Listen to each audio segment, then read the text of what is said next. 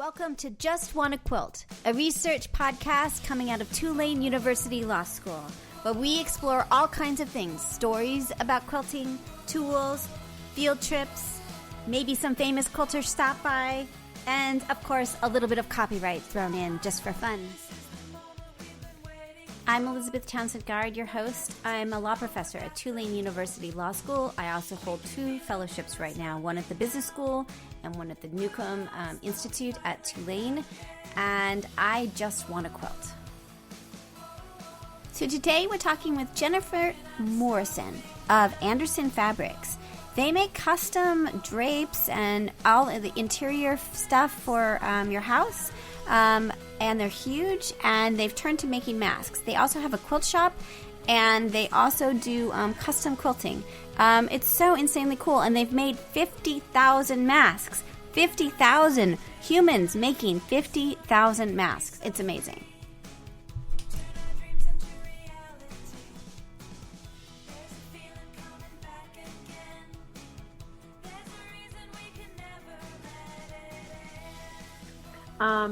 My name is Jennifer Morrison. I am calling from Anderson Fabrics up here in Black Duck, Minnesota. Oh, and how are things up in on your part of the world? Actually, pretty good so far.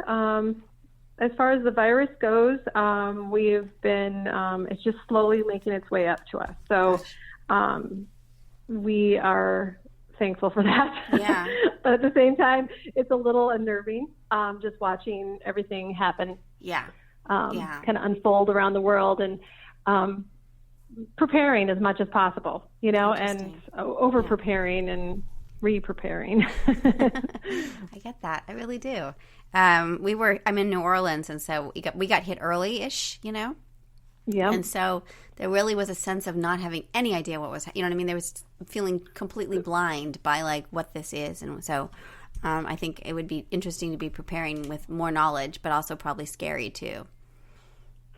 Yeah, it is. It's a little bit. And then as we go through it, it changes. So what we've prepared one week thinking, okay, this is going to work, or this may be our best plan. Our plans just continue changing. So we've actually kind of gotten into that mode where, okay, this is the current plan. So we have a pretty good sized plant up here. So a lot of work surface to keep clean and just the practicalities, day-to-day kind of stuff for that. Interesting. So that's where we're at right now. Craziness. We're doing pretty well. We're at half staff, with a lot of people still on unemployment or just taking time off, and giving them a lot of choices. If they feel they want to be here, or if they can be here, they're here, working as much as possible. So amazing. We're still working. Amazing. Our second question's a little bit different. What's your first memory of someone sewing or quilting in your life?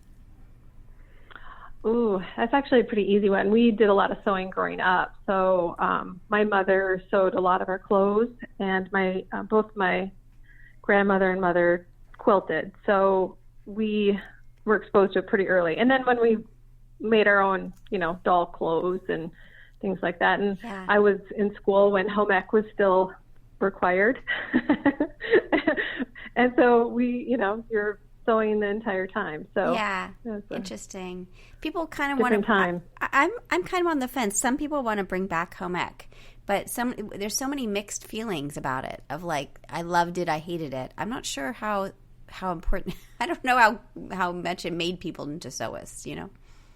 Well, I think it's like a lot of things. It's like exposure. It's like when you go to college and you get your liberal education, it's just an added extra experience to go through. And I think that for us, I see it more as a skill set. And you may not be an expert sewer, but it builds confidence, especially in children. You can actually create something, and it's just like another art form. It can be. It's very utilitarian, but at the same time, quilting is a great example of that. It's something that the creation of a quilt was to take scraps of fabric and make a blanket something useful. Right. And it's turned into some completely different, totally beautiful art form. Ridiculousness. Yes. Very interesting. Okay, so tell us where you work. I'm excited about this. Will be interesting. Tell us a little bit of who you are and where you work. Right. Anderson Fabrics is twofold. We have a workroom, which is a COM one of the largest workrooms in the U.S. And then we have our quilt shop outlet store. And our quilt shop, of course, sells quilting, does quilting. But our workroom, we've actually have customers all over the United States, decorator, designers, and they send in their fabrics and we create their products for them. So very And interesting. we've been doing it for 40 years, so we've been around a while. And we have about 290 employees normally. So we have a large plant up here. That's huge. Explain to people in case they don't. A lot of sewers. Yeah, so explain what okay, so take us through the first part, the factory side of it, and the workroom side of it. Tell us what that is exactly. The workroom side is we are, so we work directly with our decorator designers. So a decorator out in the world buys fabric, decides, or, so the measuring and decides what they want to put into someone's home. They send us the fabric and they send us the plan, measurements for, let's say, a set of draperies.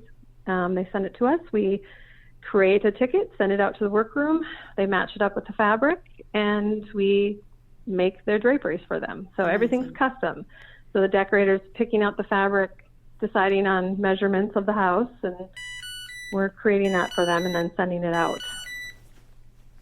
That's the basics. Interesting. But we do that for draperies, bedding. We make headboards, cornices, shades, specialty items. That's very cool. And then who are your, I imagine there's a huge price range in this. Is that right? In terms of they picking out the fabric and all sort of, who's your typical client, I guess is my question. Our customer, on the customer end, is a decorator designer, and then they have their customers. So the decorators are the ones who determine fabric, because we don't sell fabric, we don't create fabric here, but we work with fabric, lots of fabric. So we basically are selling our skill, our sewers.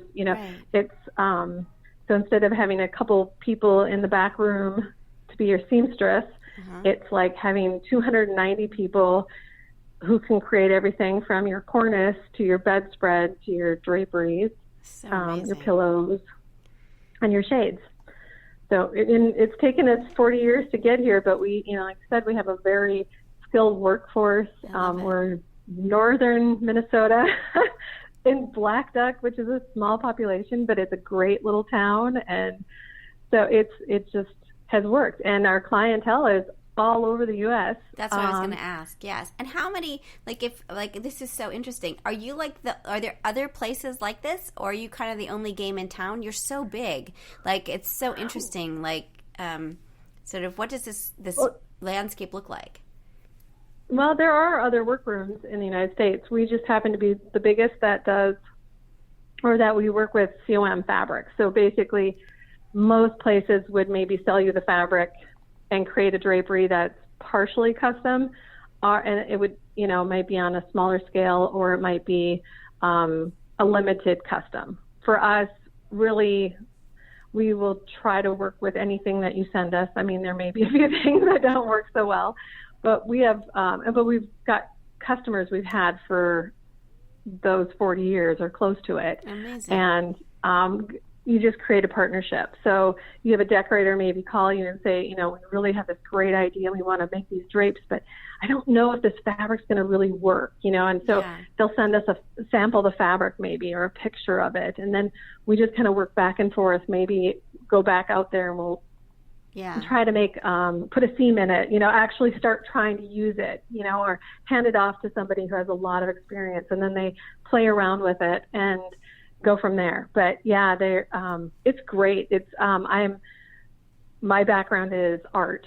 So this is, I love it, the creativity, and we problem solve, from the word go. So it's every day is different, which is also another great attribute of this type of business. Yeah. You never know what's going to come in the front door, basically, right. For the most part. Right. And tell me a little bit about your role in all of this. Tell me what your daily life before this virus hit. What was your life like? Well, I just recently moved into the sales and marketing position. So I was probably in this position for about a month, but I have a long, I think it's like 19 years history with the plant. I worked originally out on the floor, and then normally what we do, I worked out on the floor, but then more recently worked in the office. So really on a day-to-day basis, because we're so big, everybody's got, different job functions. So the office really, we're the communicators, obviously, to the customer out there. So we're talking to them constantly all day long. We have their orders come in, and once that's processed, it's sent out to the workroom to match up with their fabrics.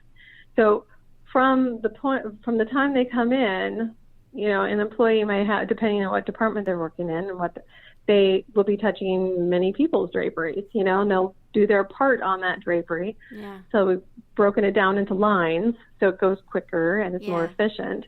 And everybody has their skill set. So that's one of the keys to the place too, is to be able to have a good, well-rounded employee base so that you can move people, move product in the best way possible. Because we all know which skills we have. When you're working with fabric, some people, some fabrics they're just beautiful to work with. Mm-hmm. Others are more difficult. And some people have this special talent that they can do whatever with whatever. Yeah, right. So, yeah. So on a Very daily basis, for me, I come into the office and really it's about the customer service.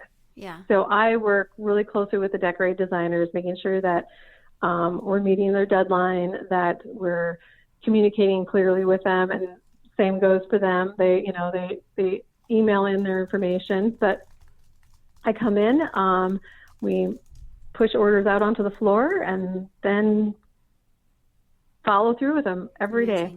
Very cool. Over and over again. Very cool. Now, how has your company shifted with our current crisis?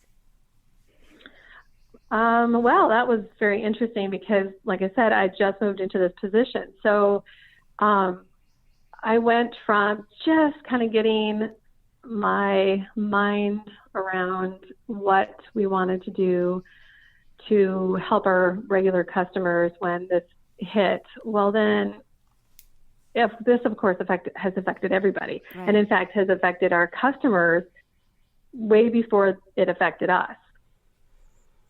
Because they're all over the place, and they were now right, in quarantine, and couldn't have their interior decorators come in, and like all of that, right? Yep, they're out on the East Coast mainly. A lot of them are, and a few on the West Coast. And so as soon as they started basically having to shut down, they're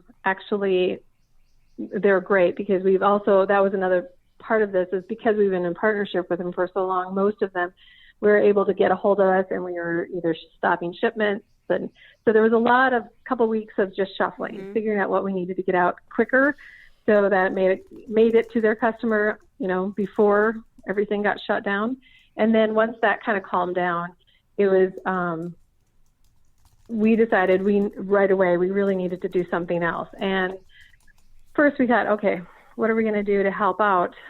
We made a lot of phone calls and did a lot of research, very into a world that we were not used to. I will say that. We talked to a lot of medical individuals and got a lot of information about, several different kinds of protective gear, like isolation gowns, right, masks. And because we're set up the way we are and we're used to custom products, we're pretty used to kind of just shifting gears on a daily basis. For the most part, we're good with that. So we really just started throwing things out onto the floor, different patterns, just to see what we could create. And we, at this point, didn't have clear direction with what we wanted to, or what was needed, basically, and what we could produce that could be used in the medical field. Yeah. Because honestly, we didn't have the material for most of this. You know, we don't own fabrics. So we started just making samples out of lining, any lining. We have plenty of that. But so we started playing around with it and came up with a couple different designs. While we're doing that, though, we were communicating with with everybody, trying to find out exactly if we could get material, what would be accepted and what wouldn't. Right. And honestly, until recently, most things were out of our hands because we couldn't get the material we needed. So most of it's a non-woven material or a specific patent on a fabric that's used for isolation gowns, for example. But more recently, and then actually what we ended up doing, we have produced up to, I think it's like 50,000 fabric masks and sold them and donated them. Yeah. So we started that right away and got going on that. And we have a great team out there. So got a production going wonderfully. And then after that, actually right now, more recently, we have some medical places that have contacted us and want to develop some reusable product. So, which is great. And that's exciting to us because the fabric's available and we're looking at, starting a whole nother production line. So that's amazing. And you guys are it looks like you're doing a surgical mask. Is that right? Are you doing something different for the hospitals, or is it, or for whoever you're making them for, or are they all the same? What they look like on your website? That's basically and we've come up with just the different versions because different people have different needs. The ties work great for a variety of sizes. So, for a family, it's great to get those because really they'll fit, you can make them fit everybody. But the elastic around the ears, which work well in certain environments, specifically when people are taking them on and off a lot. Yeah. We had a lot of utilities buy masks in large quantities because they're not always needing to have the mask on because they're very rarely right next to somebody else. And then when they are, they're putting the mask on, getting back in their truck, taking the mask off. And then we had some requests too from the assisted living, a few of the assisted living agencies that we talked to because these they're safer for the residents. So, and then we just kind of kept changing. So during our mask producing, we came up with a bit more expensive adjustable mask. But that one, if you're going to wear it all day long, that's the one, I would want to wear all day long. That's the one I wear all day long. What does an adjustable mask look like? It's basically the same mask. I found it. The adjustable mask is on our website. Yeah. The difference is that it just has a toggle right under the chin. Oh, how interesting. So the elastic runs up and over your ear and down through a toggle under your chin. That's so clever. You can just tighten and loosen it from there. And like I said, it's really comfortable. So, and one of our big things going into this is it's the balance of keeping, because the point wasn't to make a ton of money. Right. Okay. I mean, that wasn't the point of this. The point was keep the plant open, keep us functioning, and at the same time provide something that's needed in a time like this. So when we went into pricing, and we've actually had to change the price several times just on the basic mask because the materials were so, the price went up. Yeah. But as we were going through this, the process of everything we look at as we do this, we're just trying to keep everything as economical as possible. Yeah. And it's been great. Honestly, really to talk to everybody we've sent them to, provided them for. It's been like I said, it's interesting. It's not in my normal field, but right. And we all had to come up to speed really quickly. Let me ask you a couple of questions about the masks. They're really beautiful. What did you all settle on in terms of fabric?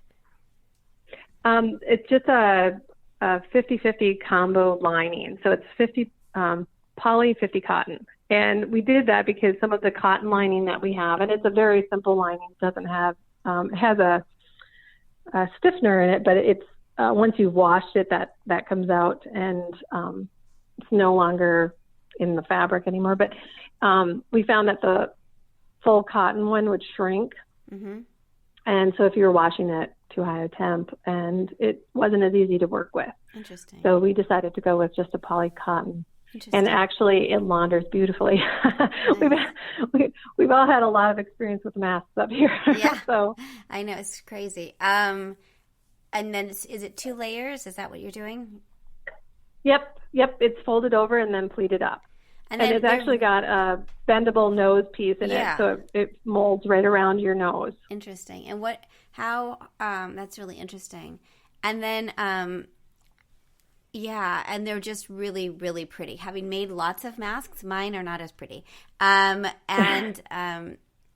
It's interesting. So is all of this being made by machines? Aren't making these, humans are making this? Am I right, or am I wrong? Yes. No. These are all made by our employees. Amazing. Piece by piece. So every one of those that have been pleated by somebody. Amazing. Every one of them have been we marrow the edges on the basic masks and then are the standard masks. So everybody, every one of those steps is by us. Amazing. You've just made a ton of these. Did you say 50,000 of them? Yes. We hit our 50,000 the other day. Unbelievable. I know. Believe me, it's amazing. Amazing. This is just remarkable. Seriously. And do you feel like, are you doing different fabric now for the hospitals? Are they requesting, like, we've learned all about all these different fabrics. Is there different material for them than for the general public, or is everybody getting the 50-50 lining fabric? Well, to be honest, that's one of the things we're working through with them, because everything that we're doing has to be very launderable. Yeah. And at the same time, I think we're going through a couple different fabrics. They have a request specifically for a couple things made out of ripstop fabric, but really we haven't settled on anything yet. Mm-hmm. It's just a working through what's going to work the best and what's going to hold up through washings. Yeah. And then, basically they're really, what they're looking for is something reusable. So if we can provide them with something that is, some of the fabrics, well, first of all, they're amazingly difficult to find and then source. Yeah. And then also, everything has to, or was for the longest time, has to be certified in some way. And unless you can get that material specifically. But now, that honestly, the industry in the United States is great because, everybody's just kind of turned their focus. So even the manufacturers, now you're seeing a lot more of this material becoming available. Yeah. Different types of material. Different vendors are producing different stuff that's, very likely going to be certified soon. And very interesting. Do you feel like, I have one more question about the nose piece, and I'll come back to that in just a second. But, as a person who's sewing like a mad person, like I can't even imagine like 50,000 being made by humans because, like, my production line's getting better, but it's still, it takes it takes time to do all of this. Do you feel like we'll be out of the homemade mask business, that people like your company and others will be available for the general public more, or sort of when are we going to be able to not have to make homemade masks, I guess? Do you see a ramping up in the industry that will help replace the homemade maskers, or are we in this for a long haul? Well, I don't know. It's very interesting because I feel like it's going to be dual. I think masks have become a new part of our life. Yeah. Other countries have always had masks. And it may not be a fabric mask necessarily, but I think that part of things have changed. Yeah. It's going to be an extra layer of protection. It's not a perfect layer of protection, but I think that because of this new awareness that we have, we're going to be looking at, I think it's always going to be around. Yeah. Now, personally, I think the creativity and the beautiful masks you see out there, we didn't go for necessarily beauty. We went for function and as much durability as we could get, and functionality, and then keeping that price low enough so it made sense for people, and you're not outpricing some of the bigger, people buying, I just think of some of the assisted living places, and, they have to go through a lot. So, but I think it's going to be around, and I think that everybody's going to have their own design, and I think that it's going to be up to, if somebody's going to want a mask, they're going to make their own beautiful mask too. Right. And there's an article, I can't remember in which newspaper, on couture masks are already a thing. So. Oh, yep. Of course they are. Yeah, right? I think it honestly is just because that's the way it works. Right. People, may start with function, but of course we're going to put our own spin on it. Right. And you think about all these wonderfully skilled sewers out there. Oh goodness. And then every time you come up with a new idea, there's just always another twist. Yeah. So, I've seen some fabulous fabrics out there, not only color and pattern, but then also the breathability. If you're wearing this a long time, it's just crazy. And with new technology and stuff. So I think it may not be something that we're constantly, the attention we're giving it right now. Yeah. But I think that it's probably going to be this underlying thing. Yeah. It's going to be there. Now, our production of masks, I have no idea. We have just planned on continuing producing, and as the need arises. Now, we are still functioning as a COM workroom. We still have work coming in. And now, honestly, as the U.S. opens up, our decorative designers are working really hard to get back, obviously, to work. And now this next step, and hopefully we won't get hit up here really hard with this, because right now is quite crucial in our regular business, because right now this is when everybody's going back into their stores. They're maybe taking care of a few things that were hanging out there, haven't been finished, and been sitting there for a month. And now we need to be available for that. So we're going to try to do our best. But we're able to, we have a great crew out there, and they're willing to get back on those sewing machines, and, and we just shift people as we need them. Yeah. So it's, and then we're very lucky. On the floor, what kind of precautions are you taking to make sure your community stays healthy? Well, originally, like I said, our plan changed a few times. Well, a couple things happened. As soon as we went on to our stay-at-home, we had certain employees, of course, that they were at higher risk, and we really encouraged people to do what they needed to do. Not only with schools closing and then having to do their schooling, which is actually a very challenging thing. So, who would have thought? But, of course, it's like, I think we all respect teachers much more now, and the whole school system. Yeah. But so right away, we went to about half staff, which actually helped in the sense, because then distancing the plant, even though our plant's very large.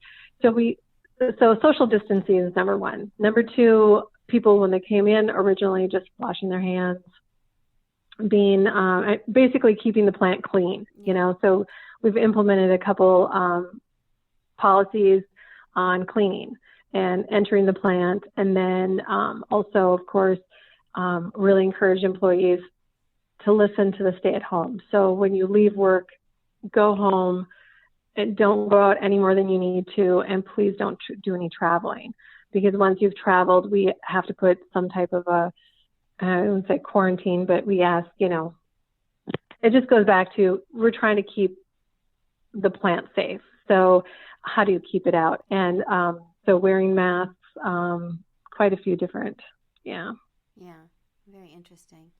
Well, this is just remarkable. Let me ask you one more quick question, which is about your Anderson Fabrics factory outlet and quilt shop. Tell me a little bit more about that side of it, because that's very interesting. Yeah. Well, it started as basically an outlet for the scrap fabric, scrap products from the plant. That's originally how it started. And then as the years went on, there was really a call for quilting. I mean, there's quilters would come to to the shop and buy scrap fabric and make quilts out of it. And it just progressed into the quilt shop. So pretty soon they were buying the fabric and stocking fabric. And we always did quilting at the plant, but that's we my last started to you, which you do edge to edge. You do like quilting, like you can send the quilts in. Interesting.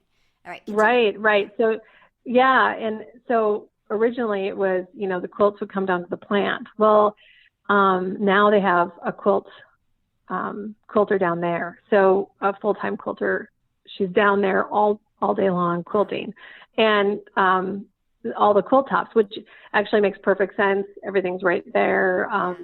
But right now they are actually closed, and hopefully we'll be reopening here soon with everything else opening up.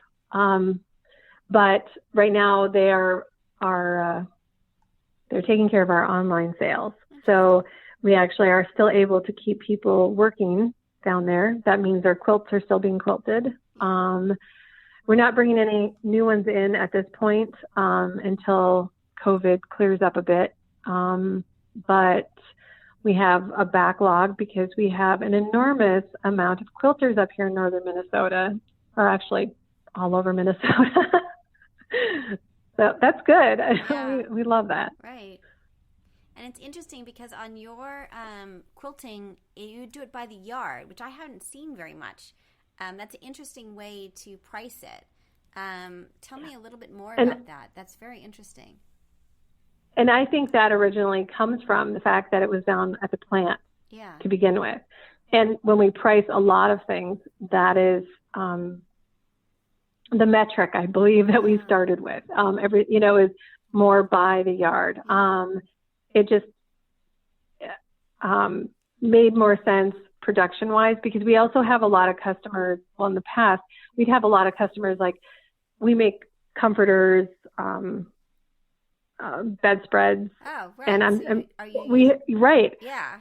So with all of our bigger quilting machines, so when they would send things in, many times they would want extra quilted yardage. So you could just send a bolt of fabric, anything in, and have it quilted in any way. So it was always done by the yard. Interesting. Because you'd send 50 yards in, it would be quilted. And it's, that's how that originated. That's really interesting. But that's the quilting. If I sent in a quilt to you, you're not putting it on a big industrial machine. You're doing it on a gamble, right? Right. Yeah. Right. So in the past, though, we had all the machines down here, and we actually, I definitely cannot tell you all of the machines we had, but we had several change out over the years, and a couple of them we did almost all the quilting on. So it could quilt pretty much anything, but it was amazing. But that's where that originated. Very cool. I totally love this. I want to come visit. I want to see your space. This is just amazing. I thank you so much for your time. Is there anything else that you want to chat? Oh, the nose piece. Tell me a little bit about the nose piece on the fabric mask. That's a big controversy of what do you put in as a nose piece and how do you put it in and all of that. So I'm curious what your thoughts are. Right. Well, for us, like I said, we kind of just, when we first started this, of course, we're just sourced in-house, right? Like, what can we use here? Elastic.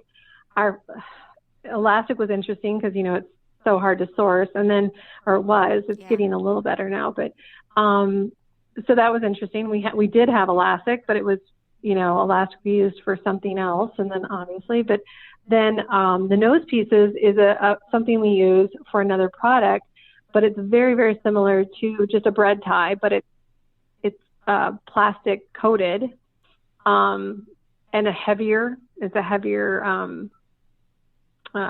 wire in there. Mm-hmm. so it's still very pliable, but it's stiffer than a normal bread tie. And we just sew it across the bottom of the plastic so it stays in place. Wow, it's very cool. Wow, this is just amazing. So it's not really high tech. It just happens to be that we kept those, or we had those for another product, and used them, and it's using what we have, just like a quilter. Yeah. It's kind of remarkable because I've been trying to do different patterns now to sort of experience them. And they're all really interesting, right? Like how people are creating these. And it really is a function of like, well, just what do you have on hand and how do you make it? And it's very fascinating that there are so many ways to do this. Well, again, I appreciate your time. This has just been so great. I really, really do appreciate it. Are you okay with us posting this so others can hear? Yes. Awesome. Yes, I am. I'm a law professor. That would be great. So I always ask at the end. And like I said, I just want to, just say that it's been a silver lining, because honestly up here for us, it's the silver lining to this entire horrific virus, is that we've been able to keep working, and we're working on something that keeps employees going, and it also makes them feel good.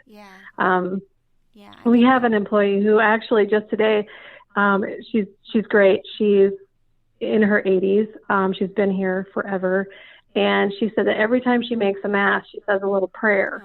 And it was just the sweetest thing in the world. And because we're all doing it in some way or other, but it was just it means a lot to her. Yeah. So I get it. I think we all feel that way. I mean, whether it's that you're just making them for people you don't know who, or when you're making them for your family.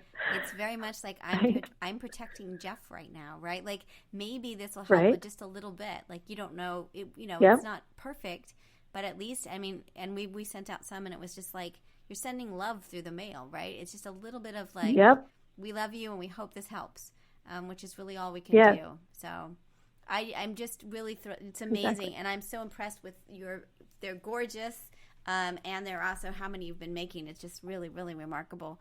And if people want to take a look, your website is AndersonFabricsQuiltShop.com, and you can get to the masks that way. Yes. Awesome. Yep. All right, hold on while I turn the recording off. I'm just, again, thank you so much for your time. Well, thank you. I appreciate it. Okay, hold on. What's happening? Okay. The recording has stopped. Oh my goodness, thank you so much. This is so great. I just know people are going to be so beyond excited about this. Seriously. Well, I love the opportunity to just talk about Anderson Fabrics. I've been here for so long, and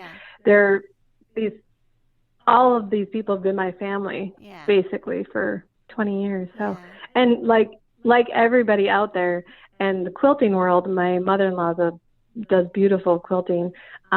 It's so creative, and all day long you get to do these things, and